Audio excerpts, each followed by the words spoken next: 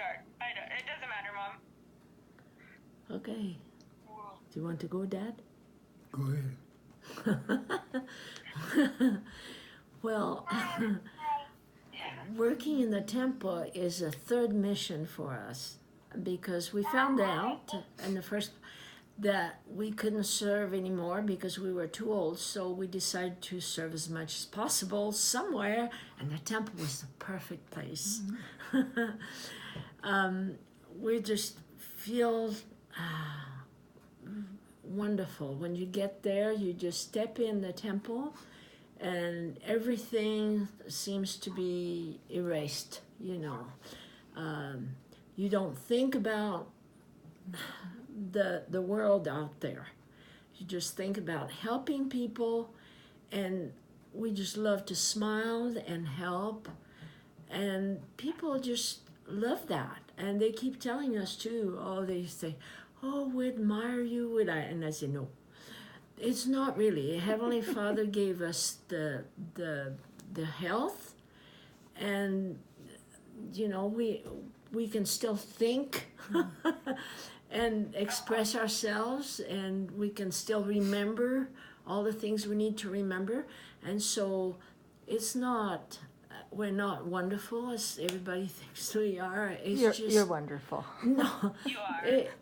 Heavenly Father has really helped us, and we need to, in a way, pay back. You know what I mean by paying back? It's just, okay. So this is the way we feel. I mean, there's a time and a season for everything in your life, and this is our season. Why not? I mean, I don't even want to say why not. I just want to be in the temple. It's the best place to be on earth. And I think, you know, we're told that this is the temple is where the heaven and earth meets. So why not be there? You know, we have the time. I mean, with you, Jessica, you have children to worry about and, you know, to take care of. That's a different story. When we were in California, we couldn't go to the temple. It was 4.5 hours away, and when the children were home, we couldn't do it. But now is our time. And I feel that if we didn't give the time now, we'd be guilty. I mean, this is our thanks, you know, for Heavenly Father has given us so much, materially, spiritually, and we can function at our age. You were just telling me the other night about what you had at your little apartment. Yeah.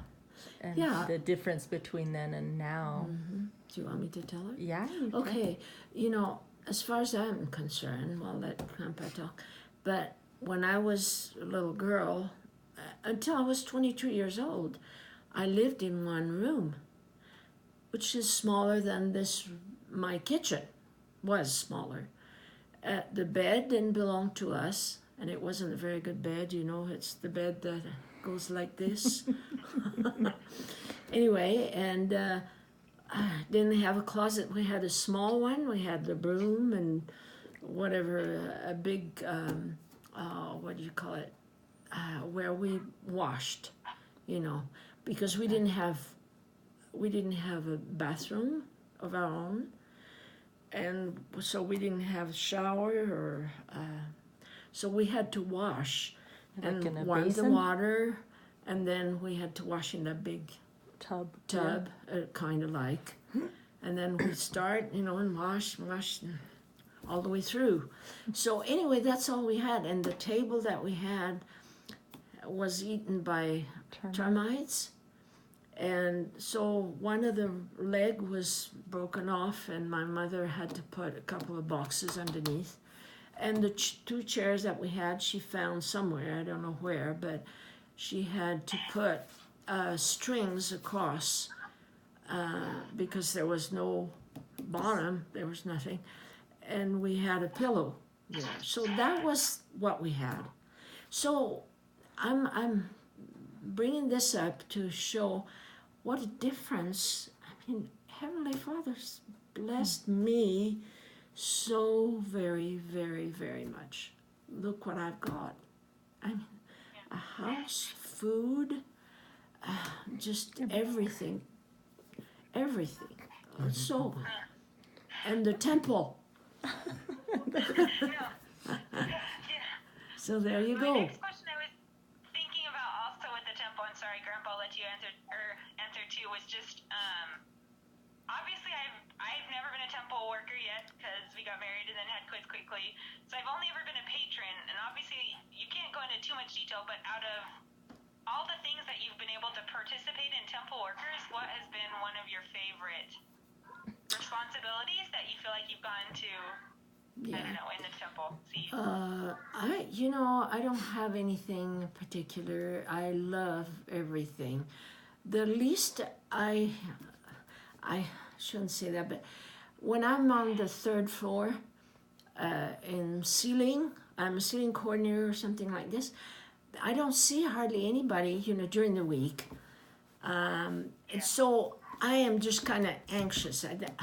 I want to do something. So this is actually my least favorite, so to speak, because Is I'm it there is not. a least favorite? Yeah, because I'm not involved in doing, helping other. Anyway. Do all the logistical stuff. How about you, Grandpa? Yeah. I don't do that. It's not in my line. One of the things that I think about is that there are a lot of people out there who really don't understand the temple and the importance. When they talk about the atonement all the time, but the atonement evolves into the temple, which means you can't get anywhere just staying with the atonement. You must have the temple or you're not going to get where you want to go. Yeah, with all the covenants and everything. How many hours, well, if that's fair to say, During the that every you day. serve per day or per week? Oh, 7, 8 hours a day, sometimes more. Very seldom less, sometimes 6, but not too How often. long have you been in the temple? How long have you been at the Rexburg Temple? Okay, the Rexburg Temple opened on a Monday, and I was there that day. We had 3 weddings. That's all we had. On a Monday? On a Monday, and I had wedding number 2. And then the next day, it opened for everybody.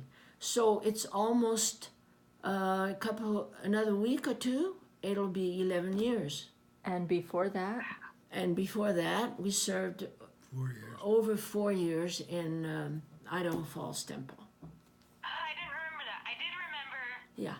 Yeah, I remember being at BYU. It was my I think it was my freshman year, and Aubrey and I came up, Uh-huh. and you guys got to take us through the open house when they were going through all of that, the Rexburg Temple. So yeah, I was like, I'm pretty sure it's been quite a while, but wow, Yep.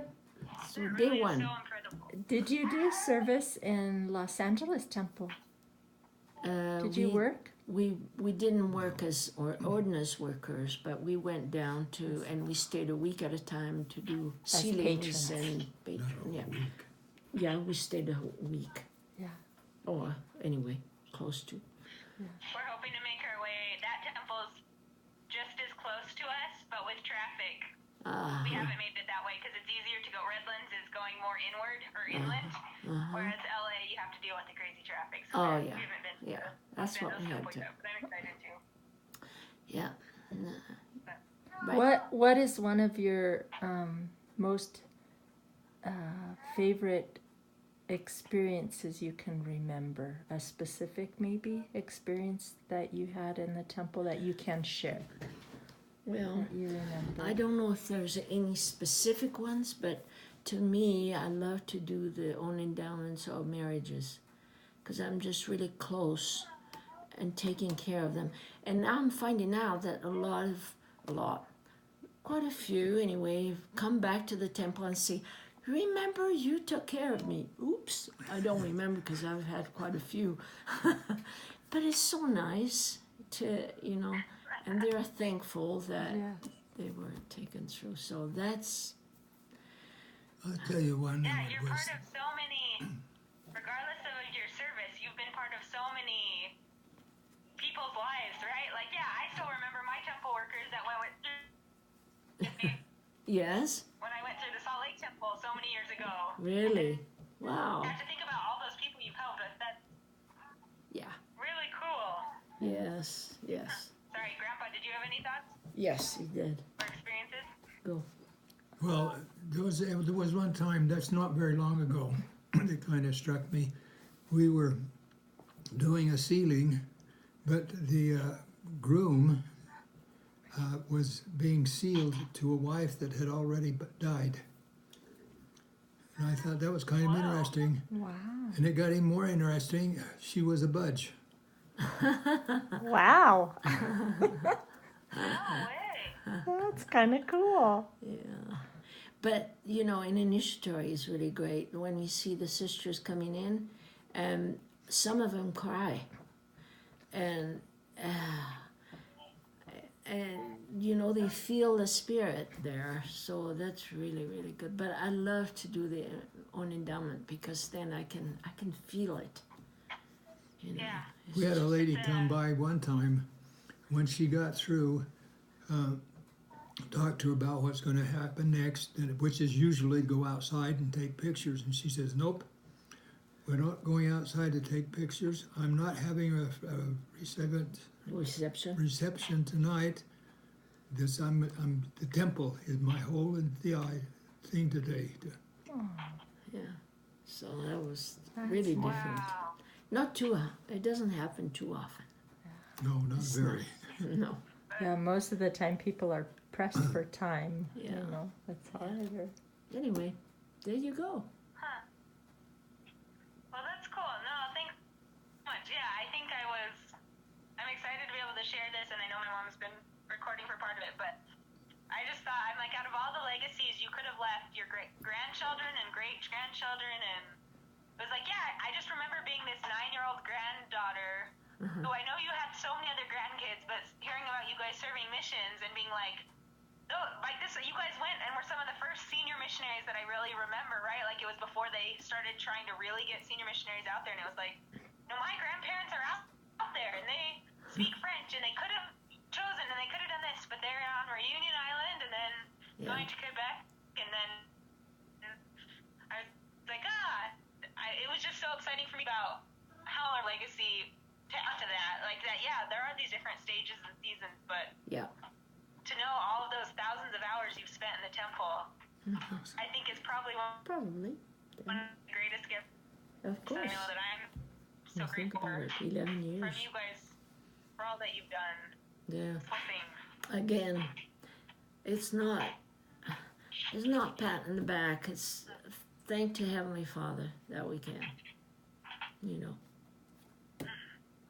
No. Okay. True legacy. Definitely. All right. Okay. It's good to talk to you, Jessica. Yeah, do you want to say hi? I know. Say we're getting ready to do dinner. This kid had a bad